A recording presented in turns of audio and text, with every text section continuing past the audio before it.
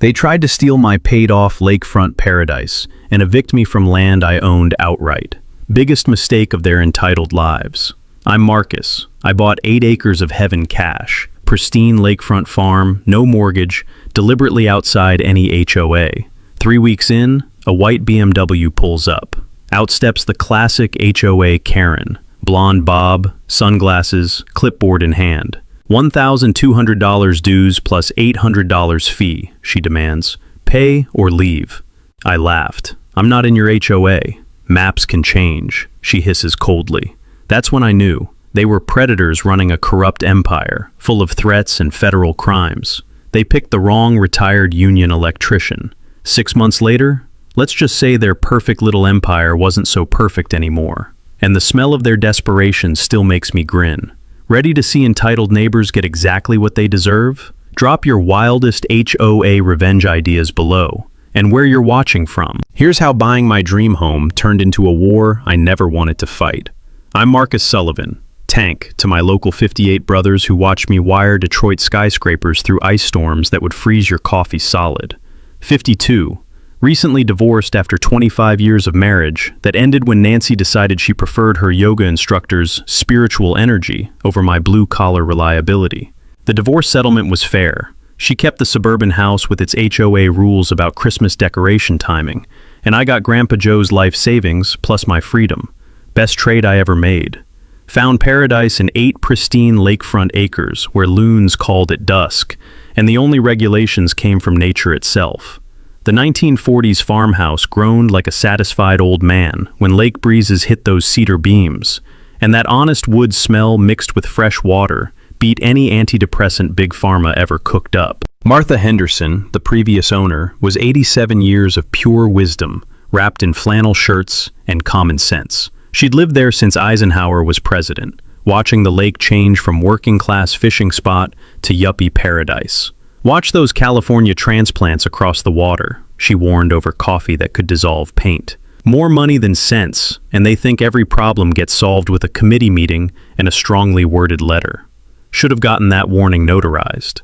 My property came with legal gold, a 1952 grandfather clause, protecting agricultural use, dock modifications, boat repairs, even small business operations. I was legally bulletproof, protected by laws that existed when Victoria Sterling's parents were still in diapers. Then came that Tuesday morning that changed everything. I'm on my knees replacing rotted dock planks when gravel crunches behind me like someone chewing ice cubes. This white BMW, pristine as fresh cocaine, rolls up my driveway like it owns the place. Out steps Victoria Sterling in tennis whites so bright they could guide emergency aircraft through fog. Designer sunglasses hiding her eyes. Blonde bob sharp enough to perform surgery. Clipboard gripped like Moses carrying the 10 Commandments down from Mount Sinai. I'm Victoria Sterling, president of Lakeshire Estates Homeowners Association. She delivers this announcement like Queen Elizabeth addressing Parliament. We need to discuss your community obligations and standards compliance. I straightened up, hammer still in hand, and looked across the water at her development. 12 beige monuments to conformity, arranged with military precision. Lawns so artificially perfect they looked like green AstroTurf installations. Ma'am, I appreciate the neighborly visit, but I'm not part of your community. Property lines and survey stakes don't lie, and mine stop at the water's edge. Her practiced smile cracked like old bathroom tile. For one telling second, that carefully constructed mask slipped completely, and pure class-based revulsion flashed across her face. She stared at my steel-toed boots, my leather tool belt, my hands permanently stained with honest work, like I was roadkill that had somehow learned human speech. Community aesthetic standards affect everyone's property values, she said, voice now dripping with barely concealed contempt. Environmental considerations, safety protocols, neighborhood reputation management. What she really meant, people like you don't belong near people like us. Here's what I discovered later, through public records and some strategic detective work. Victoria's corporate lawyer husband Richard had just been downsized out of his $180,000 annual position. Their monthly mortgage payment was bleeding them for $2,800 on a house now worth $75,000 less than they owed. Her vanity political campaign for township supervisor had already burned through $35,000, with virtually no donor support. She needed my HOA membership dues like a junkie needs their next fix. 25 minutes of passive-aggressive lectures followed. My F-150 work truck constituted inappropriate commercial vehicle presence. My small vegetable garden violated residential zoning aesthetic standards. My weekend dock repairs represented unauthorized environmental modifications requiring community approval. I calmly showed her my property deed, professional boundary surveys, and grandfather clause documentation. She studied these legal documents like they were written in hieroglyphics. "All documentation can be reviewed and updated," she said ominously, climbing back into her German luxury vehicle. The engine purred like a well-fed predator as she departed, leaving behind a dust cloud that felt unmistakably like a declaration of war. 3 weeks later, her real assault began in earnest. Because Victoria Sterling had made one catastrophic miscalculation, she assumed I was just another working-class pushover who'd buckle under manufactured authority pressure. She had absolutely no idea she'd just declared war on a union electrician who'd spent 3 decades fighting corporate bullies, crooked city inspectors, and entitled management types exactly like her. Victoria Sterling came at me like a corporate lawyer with a grudge and a government stamp. 3 days after our neighborly chat, my mailbox exploded with official-looking documents that turned my morning coffee into liquid fury.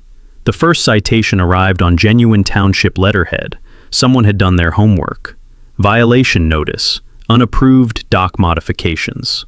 According to this masterpiece of bureaucratic fiction, my weekend board replacement violated mysterious waterfront preservation standards that apparently existed in some parallel universe. Fine, $800, plus $100 daily penalties until compliance. The second citation hit my doorstep like a bad diagnosis. Commercial vehicle violation. My 8-year-old F-150 work truck, the same vehicle that had peacefully occupied my driveway since the Obama administration, was now classified as inappropriate, commercial presence threatening residential character. Another $800, plus escalating daily fees. But the third citation was pure comedy gold, wrapped in legal terrorism. Unauthorized agricultural activity. 4 tomato plants and a small herb garden were apparently operating an illegal farming conspiracy that violated the residential zoning integrity of unincorporated county land. The sheer audacity made me laugh out loud until I saw the fine.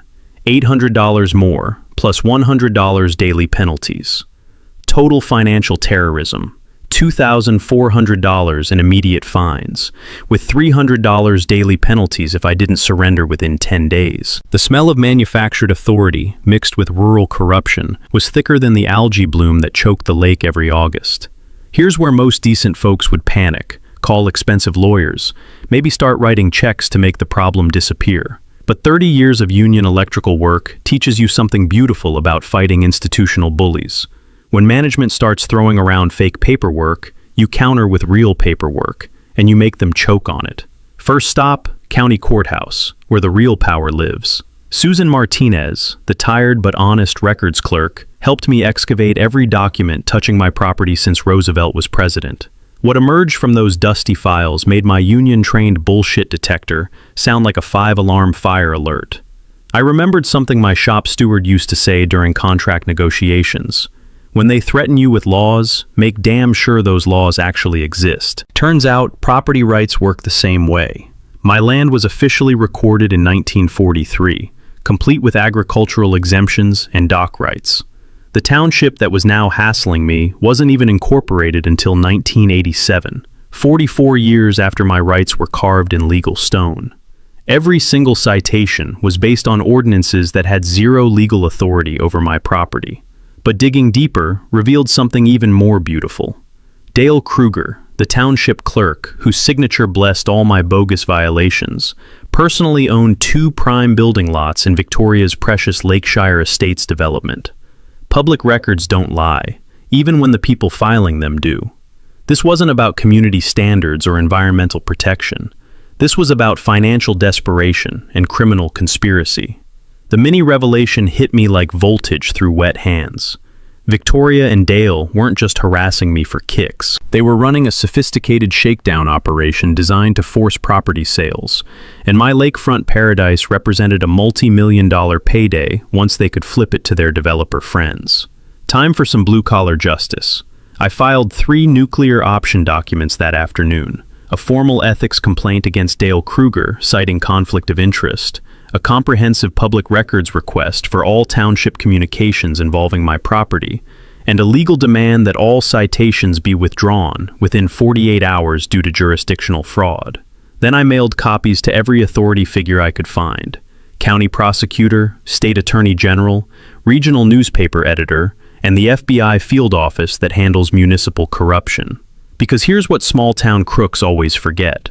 Everything government does creates paper trails, and union guys are experts at following those trails straight to the truth. Dale Kruger's phone started ringing before my truck reached home. By day 2, Victoria was pacing her perfect lawn like a caged predator, probably wondering how her simple intimidation scheme had morphed into a state-level criminal investigation. The citations vanished faster than free donuts at a police station, but Victoria Sterling was just warming up her engines. Susan called me that Friday with news that made my week. "Mr. Sullivan, you need to see what we found." Her voice carried the satisfied tone of someone who'd just discovered buried treasure. Dale's citation mill hadn't targeted just me. Susan had pulled 2 years of violation records and found a disturbing pattern. Elderly property owners, young families, veterans on fixed incomes, all pressured to sell after facing thousands in bogus fines for violations that existed only on paper. 4 families lost their homes, Susan whispered, sliding a thick folder across the counter. "And your complaint just gave them grounds to sue for everything." The folder contained sworn statements from Dale's previous victims. An 80-year-old farmer bankrupted by $15,000 in fabricated agricultural violations. A young military family destroyed by daily penalty fees for structural non-compliance that professional inspectors couldn't even identify. A disabled veteran who lost his grandfather's house because he couldn't afford legal defense against government harassment. Victoria Sterling wasn't just entitled or desperate. She was part of a criminal enterprise that destroyed innocent families for profit. But she'd made one catastrophic error in targeting me. Unlike her previous victims, I had resources, knowledge, and absolutely nothing left to lose. The taste of her coming downfall was already sweet on my tongue. Victoria Sterling returned like a hurricane in designer tennis shoes, and this time she brought an army. 3 days after watching her citation scheme crumble faster than stale cookies, I was wrestling with my boat's fuel pump when the sound of expensive German engineering announced her arrival. The BMW's engine purred like a well-fed predator as it rolled up my gravel driveway, followed by enough car doors slamming to soundtrack a small invasion. Out stepped Victoria, in another blindingly white tennis outfit. I swear this woman must have a personal laundry service on speed dial, accompanied by 3 nervous HOA board members and a guy in a surveyor's vest who looked like he'd rather be getting root canal surgery. The morning air carried that crisp October smell of dying leaves and wood smoke from someone's fireplace, but it was quickly overwhelmed by Victoria's perfume cloud and the stench of manufactured authority. "Mr. Sullivan!" Her voice dripped with the kind of fake sweetness that makes dentists rich. "We've uncovered a serious legal matter concerning your blatant waterfront violations." I crawled out from under the engine compartment, my hands black with grease that had the honest smell of mechanical work. Victoria actually took a step backward, like blue-collar cooties might be contagious. "Morning, folks. What fresh legal fiction are we discussing today?" Victoria's practiced smile stretched tighter than a banjo string. "This authenticated 1973 boundary survey clearly establishes a public easement across your waterfront property. Your dock illegally obstructs mandated public access. Remove it within 30 days or face federal litigation for $50,000. She thrust a crisp document at me like she was delivering Moses's stone tablets. The paper felt wrong immediately. Too clean, too bright, too perfect for something allegedly older than platform shoes and pet rocks. My shop steward back at Local 58 used to say, "When someone waves official papers at you, check if the ink's still wet." Smart man. This vintage survey had all the authenticity of a $3 bill. The letterhead was laser printed instead of typewritten. The font screamed modern computer, and the paper stock looked fresh from an office supplies store. Fascinating piece of historical documentation, I said, making a show of examining every detail. You mind if I have this authenticated by someone who specializes in, actual 1970s documents? The surveyor cleared his throat like a man preparing to confess sins. Actually, I should mention that I wasn't. Tom has already verified all boundaries and legal standings, Victoria snapped, shooting him a look that could freeze antifreeze. This represents established legal precedent. I glanced at her 3 backup singers. 2 were studying the ground, like it might reveal lottery numbers, and the 3rd was sweating despite the cool air. They clearly knew they were knee-deep in something that smelled worse than a backed-up septic system. I appreciate the neighborly heads up. I'll have qualified professionals give this the thorough examination it deserves. Victoria's mask cracked just enough to show the desperation lurking underneath. Qualified professionals have already... Ma'am, 3 decades of union work taught me that when important legal documents suddenly appear overnight, you verify everything twice and trust nothing. Real property rights create paper trails that would make the IRS jealous. That afternoon, I called Rosa Sawyer, an independent surveyor whose commitment to professional integrity had made her about as welcome at corrupt development meetings as a skunk at a garden party. You said this dates to 1973? Rosa was examining the document, under equipment that could probably detect bacterial fingerprints. According to Victoria's expert testimony, Rosa's laugh reminded me of my grandfather discovering watered-down whiskey. This was created on Microsoft Word sometime last Tuesday. Digital watermarks, laser printer registration marks, paper that didn't exist when Nixon was president. Whoever forged this has the criminal sophistication of a mall shoplifter. I remembered a case from my electrical days when a contractor tried forging inspection certificates to skip safety compliance. The federal boys loved document fraud because it was easy to prove, and judges handed out prison sentences like Halloween candy. Rosa, if someone hypothetically offered you cash to adjust your findings, what would happen? I'd record every word and call every federal agent in my contact list. 2 days later, Rosa delivered news that made my week feel like Christmas morning. Victoria had cornered her at the downtown coffee shop, sliding $5,000 in cash across a sticky table while promising exclusive township surveying contracts for minor technical modifications. Rosa, being both honest and strategically brilliant, had recorded the entire criminal conversation. But the mini twist that transformed this from simple bribery into federal conspiracy gold happened when Victoria's phone rang during their meeting. Nervous and distracted, she answered on speaker mode. Richard Sterling's panicked voice filled the coffee shop like a confession. Victoria, our bankruptcy lawyer says if we can't raise $40,000 by Friday, we lose everything. The house, both cars, even my law license. The Bar Association loans are in default. Please tell me the lakefront situation has a solution. Victoria's response chilled my blood. That property solves everything. The man will leave his land, one way or another. I'll make sure of it. This wasn't about community standards anymore. Victoria was planning something dangerous, and my peaceful retirement had become her last, desperate gamble against financial destruction. I drove straight to Sheriff Jake Morrison with Rosa's evidence. Jake's expression grew darker with each replay of the damning audio. Marcus, we've escalated to federal territory. Document forgery, bribery, conspiracy, and now what sounds like criminal threats. Victoria Sterling just bought herself a first-class ticket to federal prison. What's our play? Jake's smile carried 30 years of law enforcement satisfaction. We let her keep digging. Rosa wears professional recording equipment next time. We document every crime. Then federal prosecutors turn this into a textbook case study. That evening, standing on my completely legitimate dock with a cold beer and the sunset painting the lake like liquid copper, I watched frantic lights blazing in Victoria's house across the water. She was probably planning her next desperate move, completely unaware that each criminal act was building an airtight federal case. The clean smell of pine needles and honest lake water reminded me why this fight was worth everything. Some principles, truth, justice, and the right to live peacefully on property you've earned, are worth defending against people too corrupt to recognize their value. Victoria Sterling was about to discover that federal prosecutors don't negotiate with criminals. don't accept bribes, and couldn't care less about your mortgage problems when you're systematically breaking federal law. Victoria Sterling's next assault came disguised as small-town democracy, which should have been my first warning that corruption was brewing. 2 weeks after her easement fraud collapsed, an official notice appeared in my mailbox.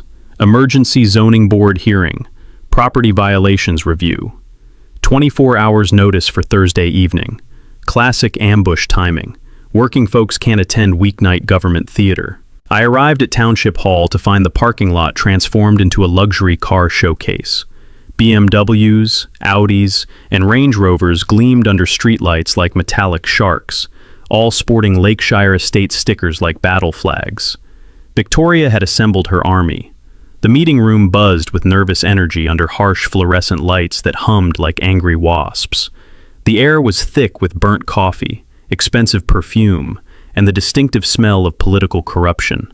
25 HOA supporters filled the seats, each armed with matching clipboards and expressions of rehearsed civic concern. Chairman Frank Weber, a nervous string bean whose smile suggested he knew exactly what circus he was running, called the meeting to order with zero enthusiasm.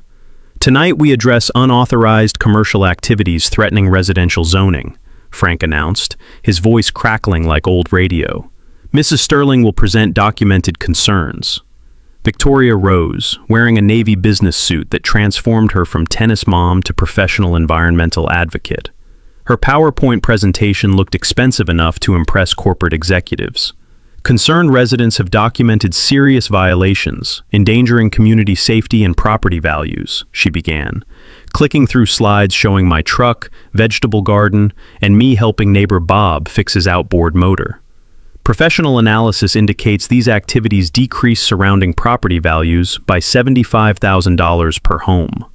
Her evidence made normal rural living look like environmental terrorism. The audience murmured approval, like a well-rehearsed choir responding to familiar hymns. 6 residents delivered passionate testimony about noise pollution and community destruction. Their speeches flowed so smoothly, they could have been reading identical scripts, probably written by the same overpriced consultant. "Mr. Sullivan, you have 5 minutes to respond to these allegations," Frank announced. I stood slowly, deliberately pulling out my smartphone and activating the recording app where everyone could see it. My old shop steward used to say, "Nothing makes corrupt politicians sweat like knowing their stupidity is being documented." Chairman Weber, state sunshine laws require 10-day advance notice for zoning hearings affecting specific properties. I received notification yesterday afternoon. Frank's practiced smile developed a nervous twitch. "Emergency situations require expedited procedures to protect community." "Emergency involving weekend boat maintenance and backyard gardening?" I interrupted. "Also, Mrs. Sterling mentioned professional analysis. Could you share these experts' credentials and methodology?" Victoria's confident mask cracked like old paint. "The analysis follows established real estate principles. I'm asking Chairman Weber about the official expert studies his board reviewed before scheduling tonight's legal proceeding." Frank was actively sweating now, fluorescent lights making his perspiration gleam like gilt. The studies were provided by concerned community residents. So no actual certified experts, no professional assessments, no scientific analysis. I smiled pleasantly. Fascinating approach to municipal law. The mini twist that changed everything came when I shared my research discoveries. Speaking of legal proceedings, I've been reviewing public township records. Amazing what you find in government files. Did everyone know Chairman Weber's construction company received 3 no-bid contracts worth $47,000 in 18 months? The room went silent, except for fluorescent humming and nervous stomach rumbling. Frank's face turned whiter than fresh snow. "That's completely irrelevant to tonight's—" "There's more," I continued cheerfully. "Mrs. Sterling's attorney husband provided legal services for those exact same contracts. Incredible coincidence, right?" I held up my recording phone. Almost like documented mutual back-scratching between board members and influential residents. Victoria launched from her seat like a rocket. "This is blatant harassment and deflection from serious violations. Ma'am, I'm sharing public records with fellow citizens. Government transparency in action." Frank Weber looked like someone had told him his house was burning and his insurance was canceled. We're here to address zoning violations. On property predating your township by 40 years, using illegal procedures violating state law. Based on fake expertise, I gestured to my phone. All documented for my attorney and the state attorney general's review. The previously confident audience was fidgeting like guilty children, sensing their choreographed performance was collapsing. This matter requires legal consultation, Frank announced desperately. We're adjourned pending review. As the crowd filed out like defeated soldiers, Victoria lingered near the exit, her composure replaced by genuine panic. Her orchestrated ambush had become public corruption exposure in 20 minutes. Outside, crisp October air carried clean smells of burning leaves and wood smoke, honest aromas that reminded me why small-town corruption always collapses under scrutiny. The following week brought confirmation of escalating consequences. Frank Weber suddenly resigned from the zoning board, claiming health issues. The meeting minutes mysteriously disappeared from township records. Victoria's supporters avoided eye contact around town. Jake Morrison called with updates that made my morning coffee taste like victory. States opened formal inquiry into Weber's contracts. Your recording triggered everything. This could go federal if they find bid rigging patterns. But Victoria wasn't finished. If anything, exposing her corruption network had made her more dangerous. Desperate people make increasingly desperate choices, and cornered animals become unpredictable. Wednesday evening, while grilling dinner on my deck, I noticed unusual activity across the lake. Multiple cars crowded Victoria's driveway, people gesturing frantically. Through binoculars, I watched Richard Sterling pacing their lawn like a caged animal. Their perfect empire was crumbling, and Victoria was running out of legal options. That worried me more than her previous schemes. When entitled people face total defeat, they sometimes abandon all pretense of civilization. The smell of charcoal and honest beef reminded me why this fight mattered. Property rights, government transparency, working-class dignity. Some principles are worth defending against any corruption. Victoria Sterling was discovering that declaring war on union-trained citizens with nothing to lose requires preparation for either total victory or complete destruction. The sound of her world collapsing had become my favorite evening soundtrack. The truth about Victoria Sterling's desperation hit me like a live wire to wet hands, and it was uglier than I'd imagined. Jake Morrison dropped a manila folder on my kitchen table that morning, thick with documents that smelled like financial fraud and expensive perfume. Marcus, you wondered why Victoria's so obsessed with your property. This explains everything. The first page nearly made me choke on my coffee. Lakeshore Estates HOA financial statement showing negative $380,000. Not just behind on bills, completely underwater and sinking fast. How does a 12-house HOA rack up nearly 400 grand in debt? I asked, flipping through pages of red ink. Jake pointed to the killer line item. Failed lawsuit against their builder. Victoria convinced neighbors to sue Prestige Development over alleged construction defects. 3 years in court. Total loss. Legal fees alone hit $250,000. The math was brutal. 12 houses paying $1,200 annual dues generated $14,400 yearly. Their debt service required $32,000 annually. They were borrowing money to pay borrowed money. A financial death spiral. Victoria's been hiding this from HOA members for 18 months, Jake continued. Cooking books like a meth lab accountant while they slide toward bankruptcy. But the personal records painted an even grimmer picture. Richard Sterling hadn't been downsized. He'd been fired for ethics violations, losing his partnership and professional reputation.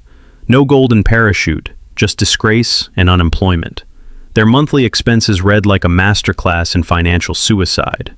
$2,800 mortgage, $1,400 car payments, $1,200 private school, $800 country club. They were burning $8,000 monthly, while Richard's contract work brought in maybe $2,000. They're 6 weeks from personal bankruptcy, Jake explained.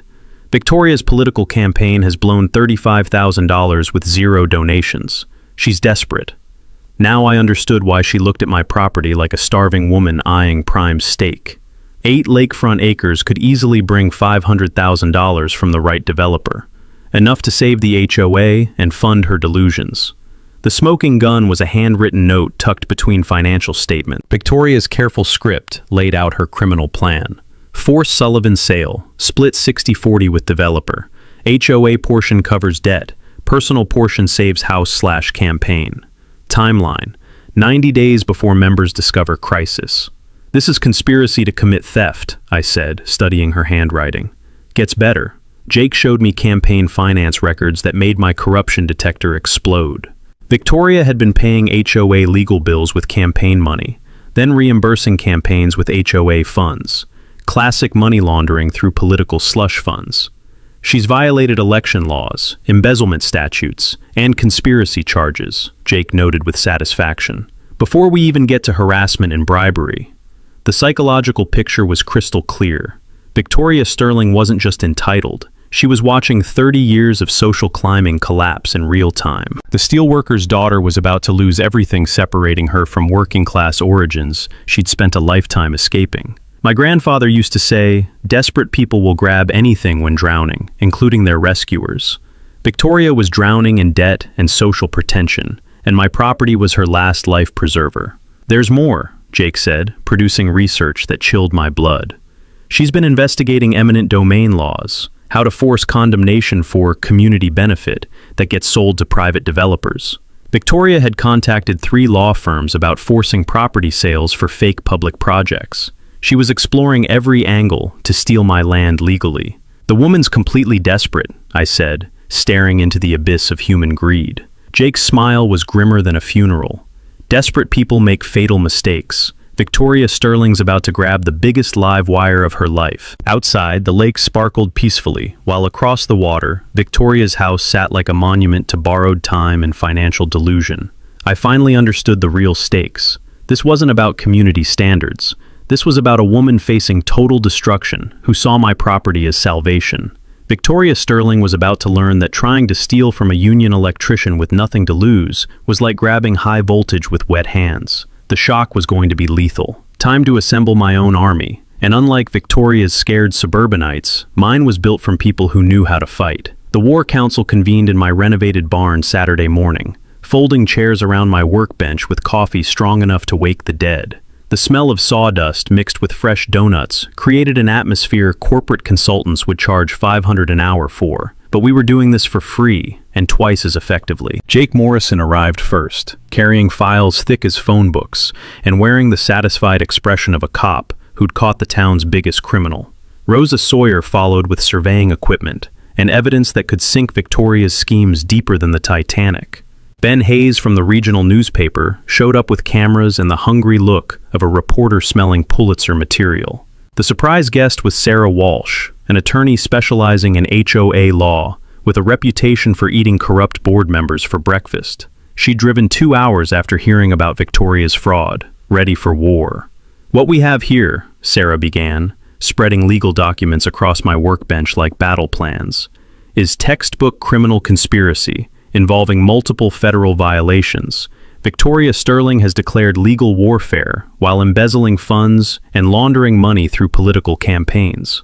Jake opened his folder with poker-winning satisfaction. She's facing wire fraud, embezzlement, conspiracy, bribery, document forgery, and 6 election law violations.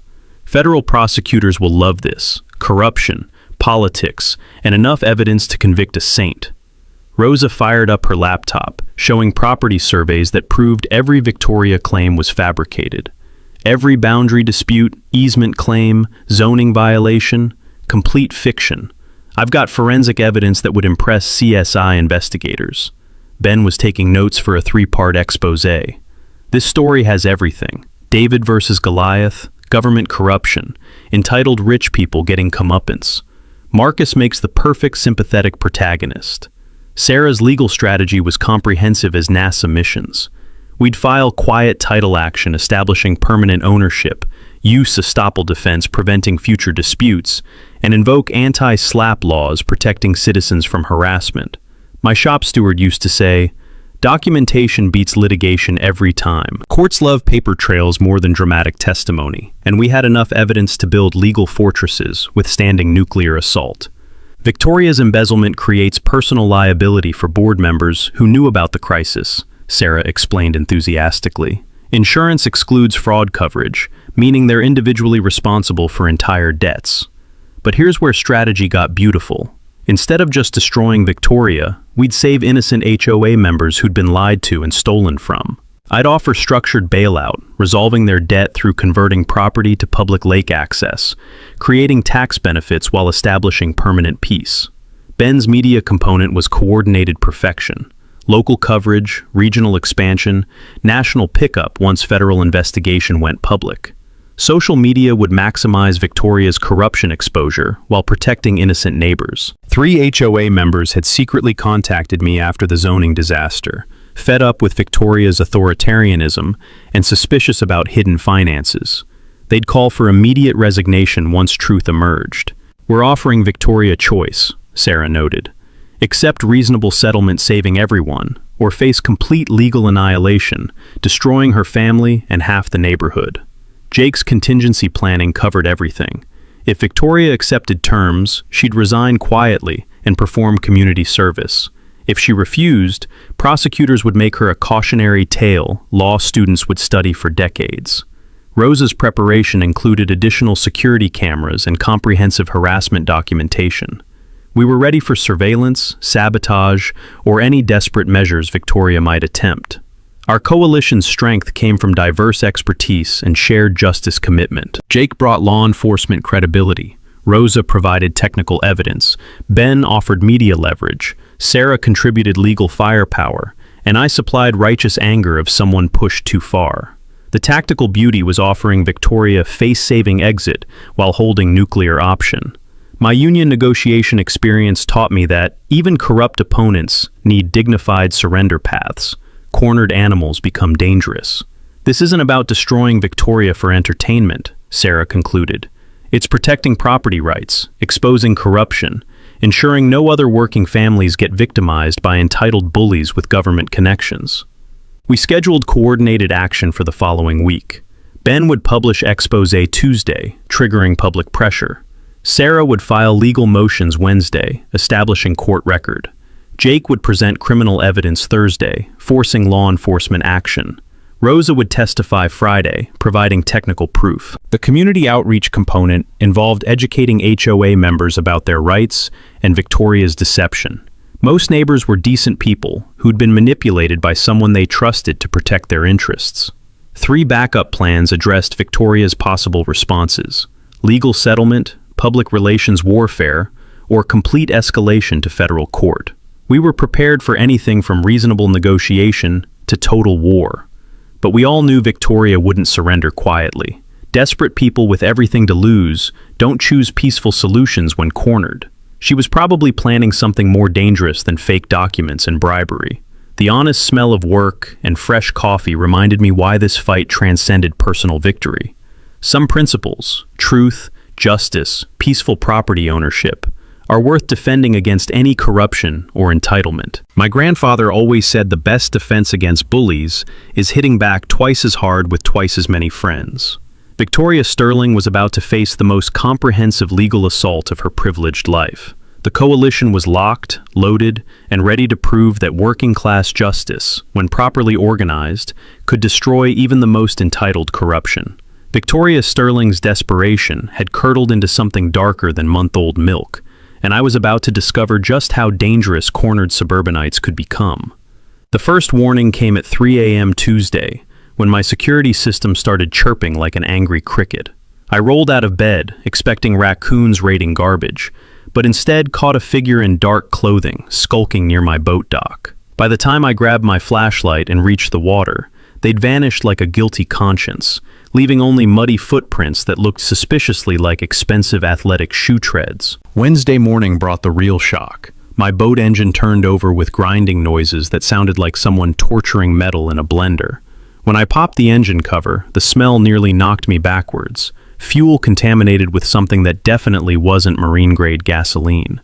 Rosa Sawyer's husband ran a marine repair shop, and his diagnosis was grimmer than a tax audit. "Marcus, somebody dumped sugar and metal shavings into your fuel system. This isn't teenage vandalism. It's calculated sabotage designed to destroy your engine completely. You're looking at $4,200 in replacement costs." The security footage told a story that made my union blood boil. a figure matching Victoria's height and nervous energy, had spent 20 minutes near my boat at 2:47 a.m., moving with the awkward urgency of someone way outside their criminal comfort zone. They kept checking their watch and looking around like they expected FBI helicopters to appear. Jake Morrison studied the video with the professional interest of a cop who'd seen every variety of human stupidity. Look at that body language. This person has never committed a crime before. See how they keep hesitating? Classic behavior of someone whose desperation finally outweighed their common sense. But the beautiful part came when Jake enhanced the audio. During her sabotage session, Victoria's phone rang, and in her nervous state, she answered it right there next to my boat. Richard Sterling's panicked voice was crystal clear. "Victoria, where are you at 3 in the morning? Our bankruptcy lawyer just called. The house goes into foreclosure Monday, unless we raise $60,000 by Friday. Please tell me you have a legal solution that won't land us both in federal prison." Victoria's whispered response made my skin crawl. Destroying his boat engine is just foreplay.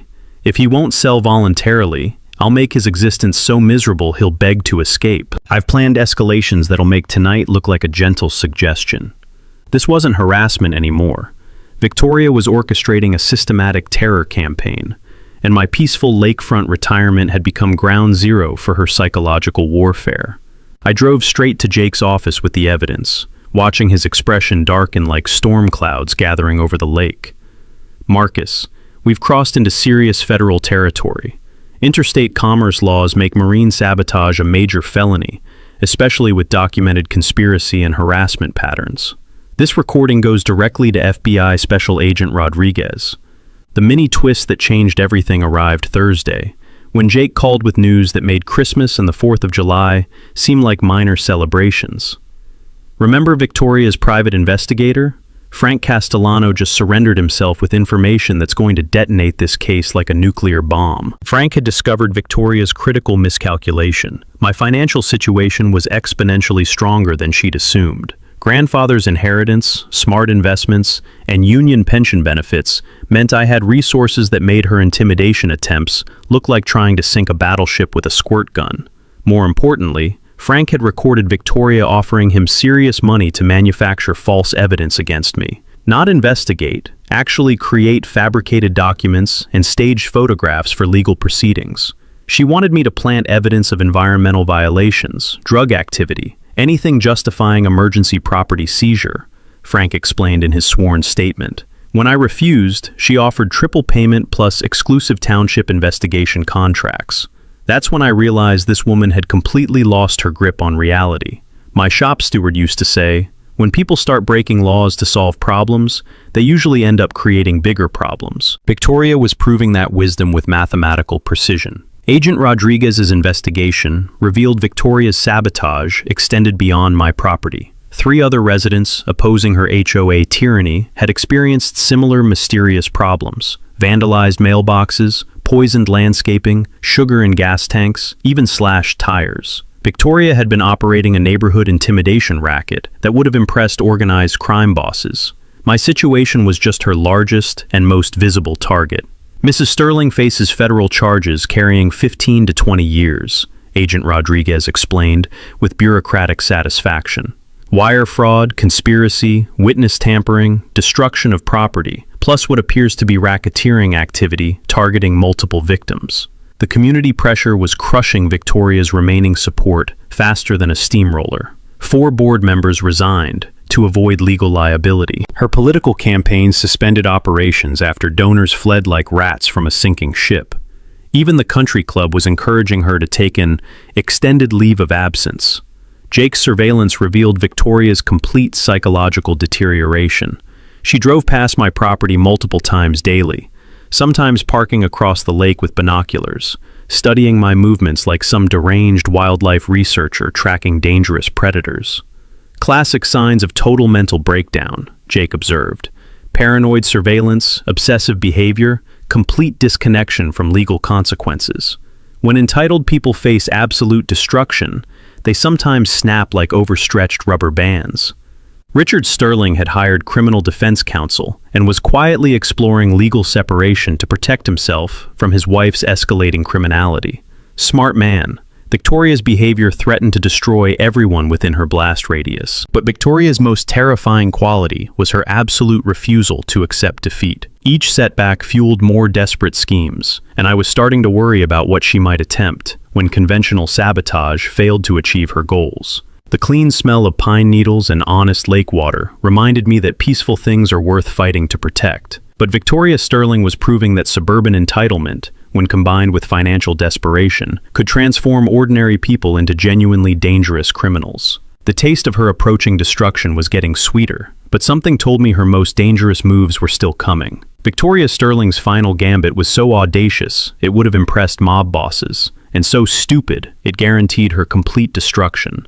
Friday evening brought news that made my beer taste like liquid victory. County Commissioner Nancy Walsh called with disgust thick enough to cut with a knife. Marcus, Victoria showed up in my office today with $10,000 cash in a manila envelope, calling it a campaign contribution. She wanted me to declare your property a public nuisance requiring emergency condemnation.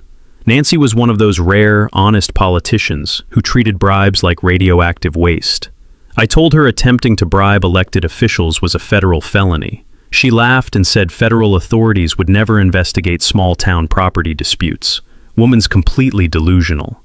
The beautiful part? Nancy had recorded everything on her office security system. Every word, every dollar, every criminal promise captured in high-definition digital glory. Agent Rodriguez's response was swift as summer lightning. Within hours, federal search warrants hit Victoria's house, Richard's office, and Dale's township records.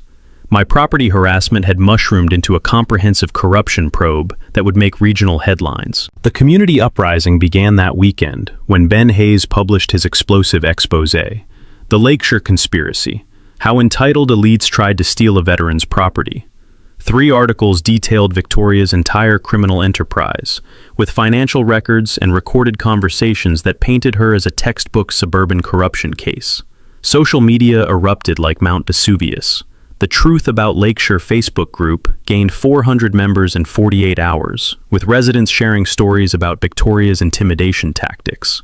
Apparently, I wasn't her only victim, just her most documented. 7 HOA members signed a petition demanding Victoria's immediate removal, complete with sworn affidavits detailing financial misrepresentation and harassment campaigns that read like criminal indictments. Victoria's response was spectacular desperation. She organized an emergency community meeting at her house, attempting to rally supporters against what she called a working-class conspiracy to destroy property values. The meeting was a disaster. Ben Hayes captured in award-worthy photographs. 4 people showed up, 3 confused elderly residents, plus 1 neighbor who came specifically to tell Victoria she was insane. Victoria's speech, according to witnesses, devolved into paranoid ranting about outside agitators, federal harassment, and union thugs destroying our way of life. She accused me of bribing federal agents and orchestrating media conspiracies against innocent community leaders. The mini twist that sealed her fate came when Victoria made the catastrophic mistake of calling Agent Rodriguez directly, demanding he cease his politically motivated investigation of her legitimate community activities. Rodriguez recorded the call, during which Victoria threatened to contact his superiors, complained about federal overreach, and suggested investigating suburban disputes was beneath FBI dignity. Her entitled arrogance could have powered a small city. Mrs. Sterling just added obstruction of justice, witness intimidation, and threatening federal officials to her felony collection, Rodriguez told Jake with obvious satisfaction. Tuesday brought Victoria's complete political collapse. Campaign staff resigned after learning about federal charges. Donors demanded refunds and threatened lawsuits. The local Democratic Party issued statements distancing themselves from her candidacy, pending serious legal matters. Richard Sterling's separation became public when he moved into a downtown apartment. His statement was diplomatically brief. I cannot support behavior that violates law and harms innocent families. Even Victoria's teenage daughter was staying with relatives, rather than endure the toxic atmosphere surrounding her mother's criminal activities. The financial house of cards collapsed when the bank froze HOA accounts pending embezzlement investigation. Emergency accountants discovered actual debt approaching $420,000, worse than estimates, and that Victoria had falsified reports for over 2 years. Wednesday brought the most satisfying development. Victoria's former victims organized a community healing barbecue at Township Park, uniting everyone harassed or damaged by her schemes. The gathering included the farmer bankrupted by fake violations, the military family destroyed by fabricated fines, the veteran who'd lost his grandfather's house, plus 30 other residents who'd suffered under Victoria's suburban terror reign. "This isn't revenge," explained Martha Kowalski, whose business was targeted after refusing campaign donations. "It's community healing and ensuring this never happens to another working family." The barbecue raised $8,000 for a victim legal defense fund. More importantly, it demonstrated that Victoria's divide-and-conquer tactics had actually united residents against corruption and authority abuse. My old shop steward used to say, "When bullies pick on too many people, eventually those people start picking back together." Victoria had created her own opposition army through systematic harassment. Thursday evening brought news that federal prosecutors were preparing comprehensive indictments, including RICO charges for organized criminal activity. Victoria's suburban intimidation racket was being treated like organized crime because legally, that's exactly what it was. The community transformation was remarkable. Property owners who'd never spoken before were sharing resources and legal strategies. The HOA was reorganizing, with new leadership committed to transparency and member rights. Even the township was implementing ethics reforms to prevent future corruption. Victoria's attempts to maintain control grew increasingly frantic. She hired an expensive criminal defense attorney who immediately advised her to stop all public statements. Too late. She'd already created enough recorded evidence to convict multiple defendants. Friday afternoon brought the ultimate irony. Victoria's house went into foreclosure proceedings while she faced potential decades in federal prison. Her campaign to steal my property had resulted in losing her own. The smell of autumn leaves burning in honest fireplaces reminded me that communities eventually heal from corruption when good people unite against bullies. Victoria Sterling had tried to steal my property, destroy my peace, and intimidate an entire neighborhood into submission. Instead, she'd created a coalition of victims, achieving justice that would echo through local politics for generations. Sometimes the best revenge against entitled criminals is simply letting them destroy themselves while everyone watches.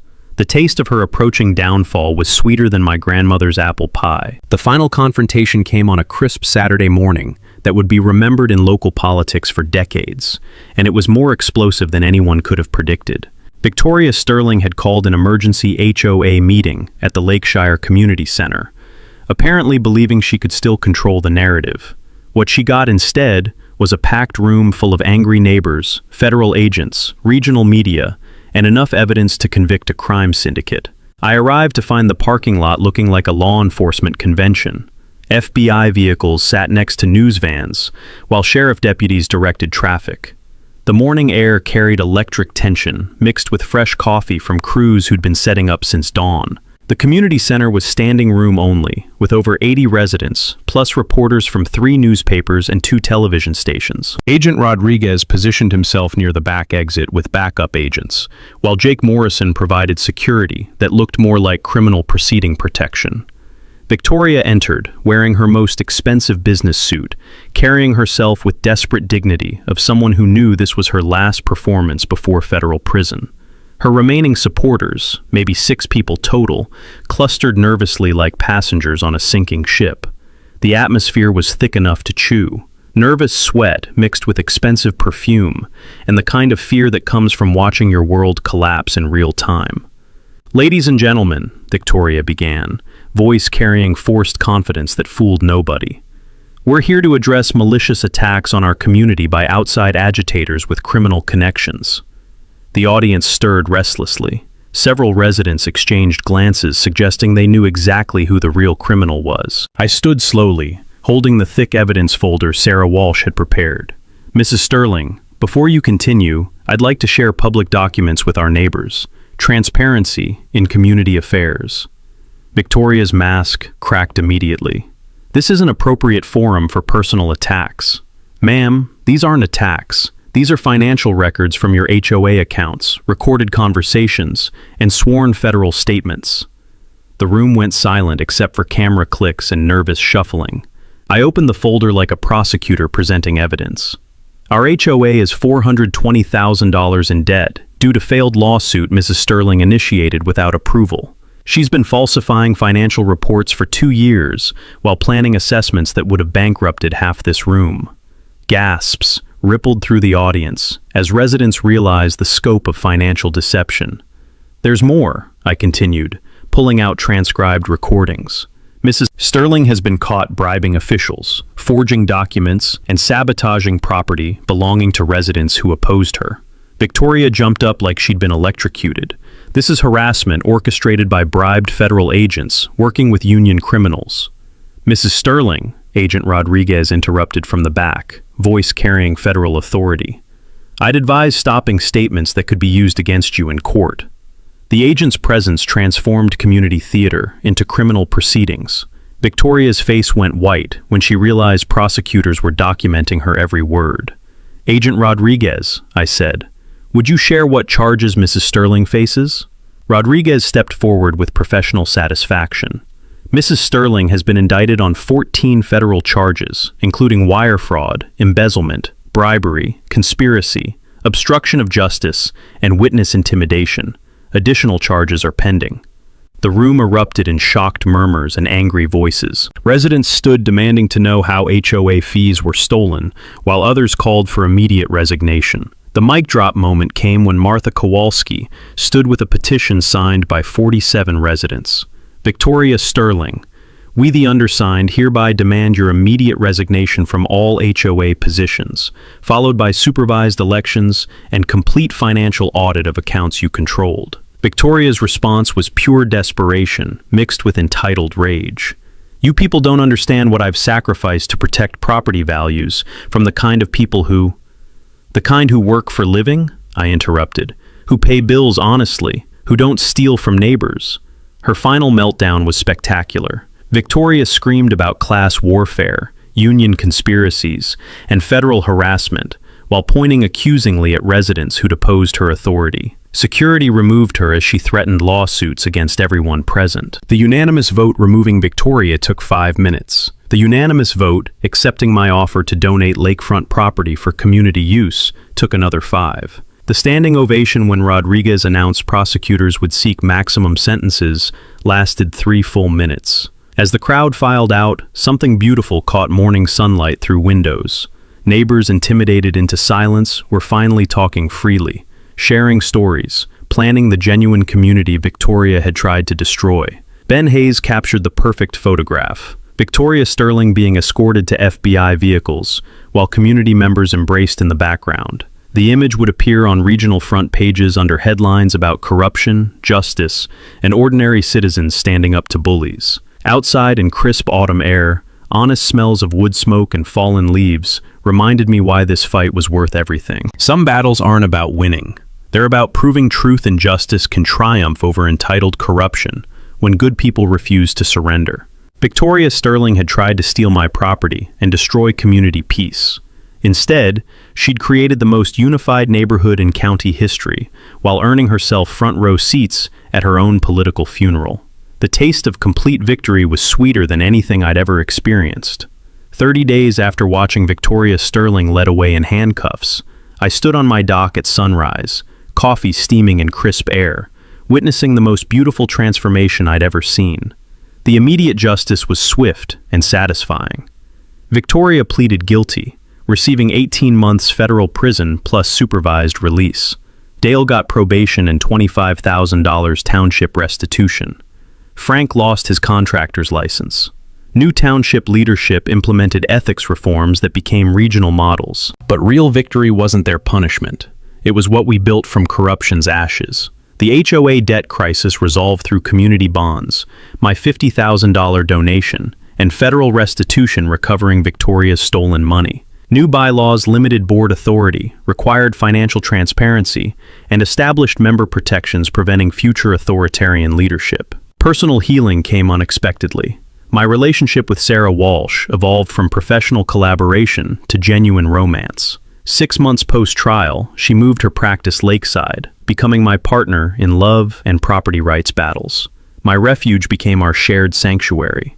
The property rights legal clinic we established has helped 47 families in year 1. Operating from my converted barn, we offer free consultations and sliding scale representation for working families facing HOA harassment or municipal corruption. Sarah handles complex litigation, while I provide hard-won practical advice. 3 law students intern each semester. Learning justice isn't theoretical. It's fought, document by document, truth by truth. They leave understanding one determined citizen can defeat institutional corruption through preparation and persistence.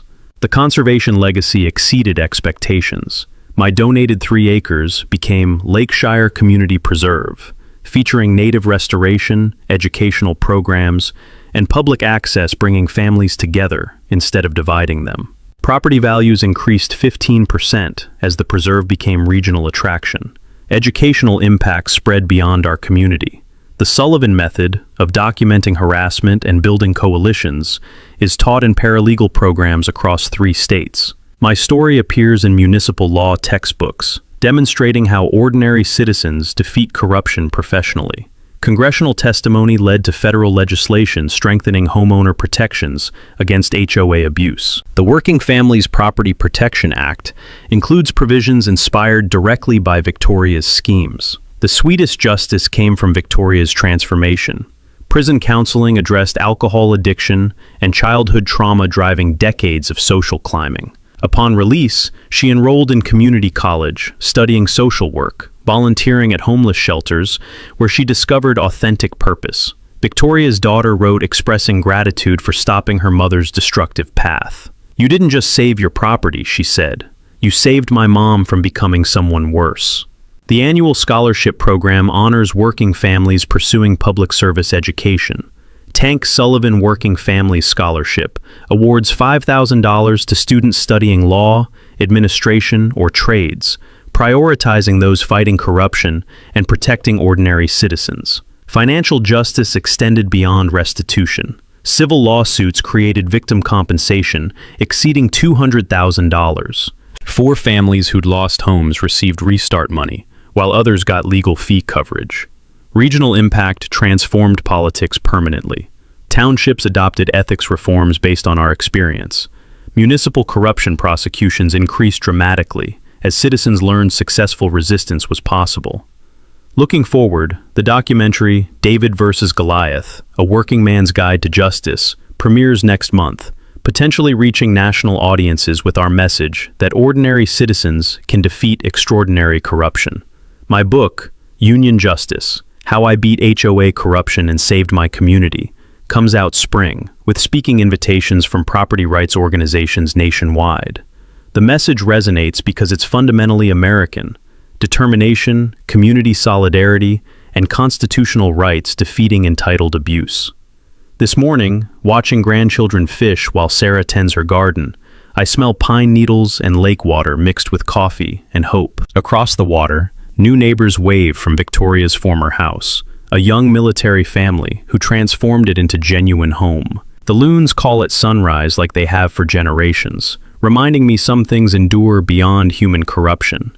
Truth, justice, and the right to live peacefully on earned land survive because people fight when fighting becomes necessary. Sometimes the best revenge isn't getting even. It's building something beautiful from arrogance's wreckage, creating communities where working families thrive without fear of entitled bullies or corrupt officials. The taste of permanent victory is sweeter than any temporary revenge satisfaction. Got your own HOA nightmare brewing? Drop it in the comments. I read every story and might feature your battle next. Hit subscribe for more David Beats Goliath tales, where regular folks demolish corrupt systems and build something better.